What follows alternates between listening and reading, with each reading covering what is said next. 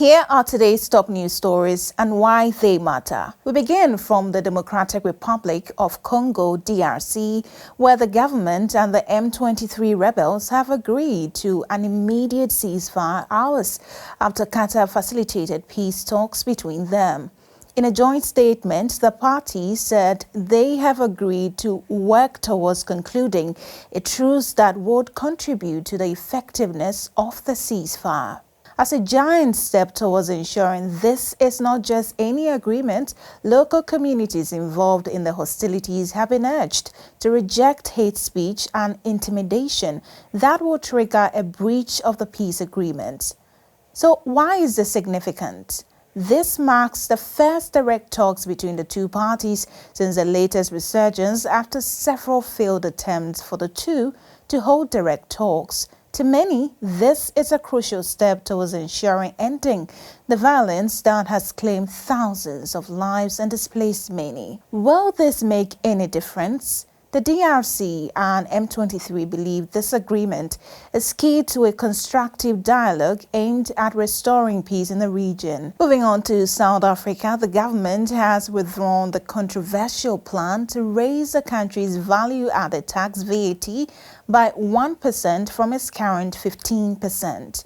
The 1% increment, which was to be spread over 2 years by an annual 0.5%, was to close the funding gap and raise the country's declining revenue, according to the country's finance ministry. Why does this matter? This development comes as a relief to many South Africans who have lamented the impact of any increment in VAT on the economic conditions of citizens. The move also courted strong resistance by the coalition parties involved in the government of national unity and resulted in a historic budget deadlock. South Africa's finance minister, in response to criticisms, had said that failing to raise the VAT could cause severe harm to state finances.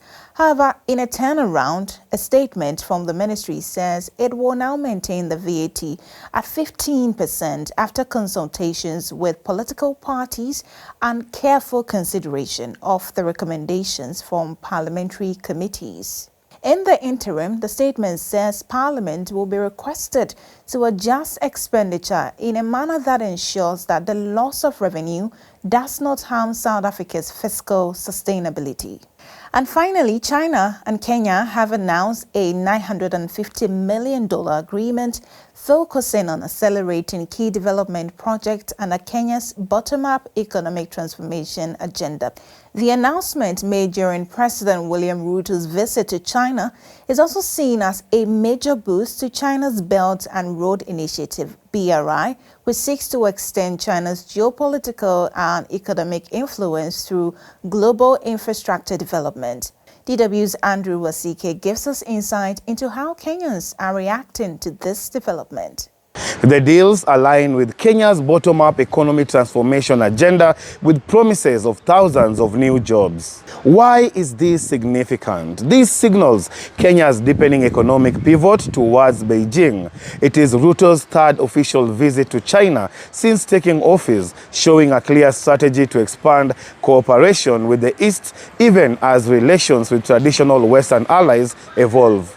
But here's the bigger picture. Back home, many Kenyans are raising red flags. Social media has lit up with concerns about debt dependency, fears of losing control over strategic assets, and whether these deals genuinely prioritize Kenyan workers and businesses. While the government sees opportunity, a growing number of citizens are demanding greater transparency and a long-term plan that puts local interests first. China already holds over 70% of Kenya's bilateral debt, and critics warn that unchecked partnerships could lead to modern-day form of economic dependency. And that's it from us today. Don't forget to hit that subscribe button, give us a like, and join the conversation. This is DW Africa, and my name is Ajua Domina.